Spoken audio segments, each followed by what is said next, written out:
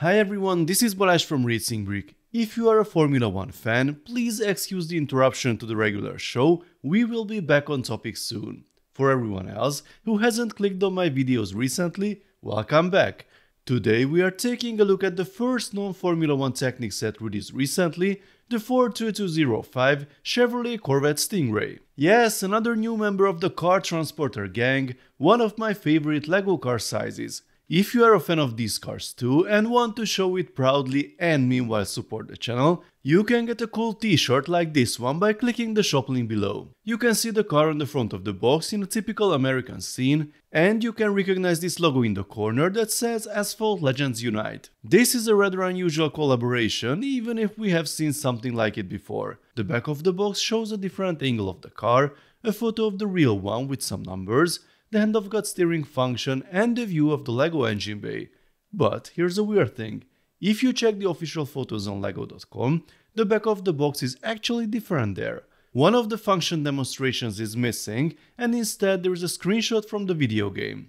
You can see this photo on all sides, so it doesn't depend on the region, but I wonder if all markets will get this design, or if anyone will get what you see online. If you find the set in a local store, please let me know what the back looks like. The set has 732 pieces, the recommended retail price is €60 or dollars, and you can already buy it from LEGO or other retailers. In the box there are 5 numbered bags, the instructions, the sticker sheet, the tires and an extra paper with an access code for the game. Apparently the collaboration is more present than before. Yeah, sorry, please stop typing, we've already used this code. Here's a quick run through of the process. You need to go to gameloft.com/redeem, select the game, then enter your player ID. After verification comes the code, and if you've entered it correctly then you should see this screen. After that you will get a whole bunch of rewards in the game, and of course the LEGO Corvette itself, which looks like this, pretty cool. As usual, we don't get any additional information at the beginning of the manual, but at the end we see the same photos as on the box, with the data about the car in different languages, a nice comparison picture on the next page and the parts list. Let's start building. This is how it begins, then we add the few gears that will be part of the steering system. You should already be familiar with these cam parts, but here's something completely new, a strange 4-way connector with 0, 60, 120 and 180 degree connections. We have 2 of these in the set, and apparently they help build this little V8 engine. The differential is almost directly connected to the engine thanks to these new parts, and with all the pistons added we have a very compact and frankly pretty cool setup. And the completed engine goes here. It's time to set up the steering rack goes here, we add another part, you can see the movement, but we need this part to hold things in place, end of phase 1.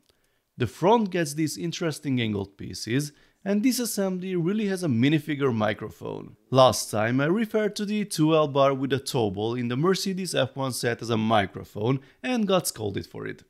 Here comes an assembly with a few system parts, then the first panel fairings are added. If I put these panels on the front, they should be angled that way, at least if I'm following the instructions correctly. I wonder if anything will hold them in position.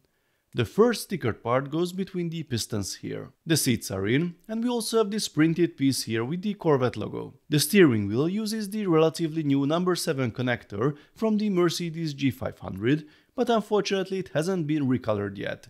We've added these frames to the rear and extended the rear axle, and now the roof is also finished.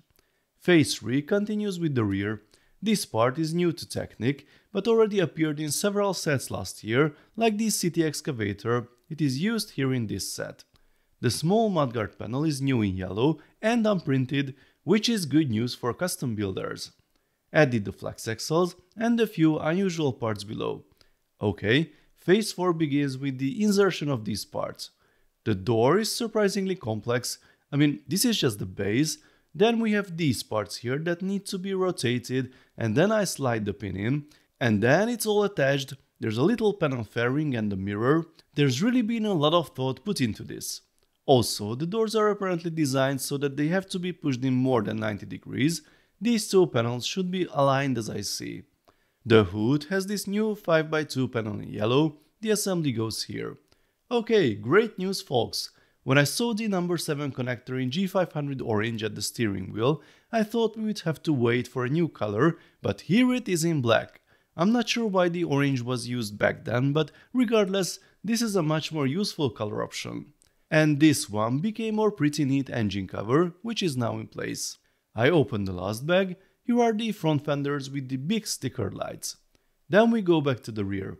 This is the first assembly. It's still a bit wonky, but once we get it in place, it's looking a lot better. These small panel fairings really make life easier for the designers of cars at this scale.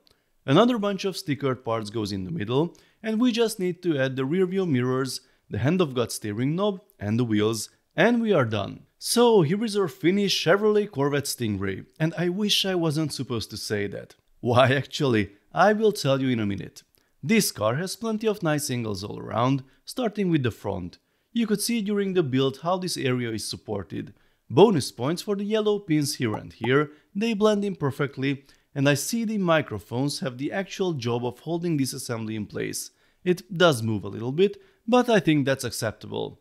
I'm more worried about the two small pieces here. You have to be careful because while they can be moved into the perfect position, they can also move around quite a bit.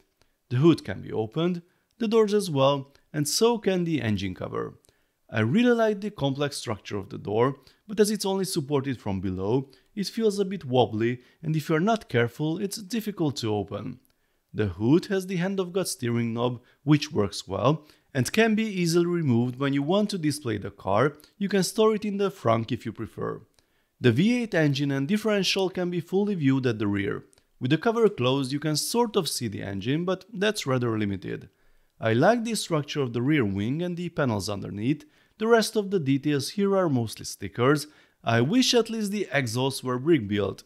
So there's a lot of interesting building techniques in this car, lots of angles inside and outside, and it is pretty solid. And of course it looks great with the other members of the car transporter gang. I always enjoy building these. So what's the problem then? Well, no offense, but if we remove the stickers and prints, then the only parts that really make this car a Corvette are these three right here. Otherwise it could easily be sold as half a dozen other sports cars. And yes, I always say that this category of LEGO cars is not about accuracy, it's about the building experience, the tricky solution used at this scale, and I can tell you that these few cars here are a lot more fun to build than this Ferrari here, for example. But it is sold as a Corvette, so people will compare it to a Corvette. I also understand that branded sets sell better, at least that's what LEGO stats should show, otherwise we wouldn't literally be flooded with branded vehicle sets. Still, I'd like to see these cars made as generic supercars, just like the original car from the car transporter set. It was a generic muscle car. That would take the pressure off designers to recreate things at this scale that are only possible with stickers, and there would be more freedom for funky solutions. I mean, we've been there. LEGO has released so many cool unbranded vehicles in the past. Imagine what they could do today with all the new parts. Anyway, that's just my opinion. When I look at this car as a Corvette, I don't like it. If I look at it as a LEGO sports car with a nice building experience, then I think it is a great set. There's one other thing I don't like, the price increase.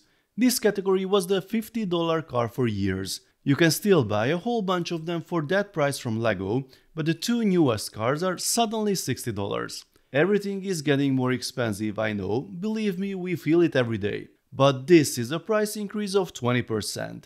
Let's look at the F1 cars. Last year's version is $220, the new ones are $230, that's less than 5% more. So hopefully the Corvette will still be available at retailers at a lower price.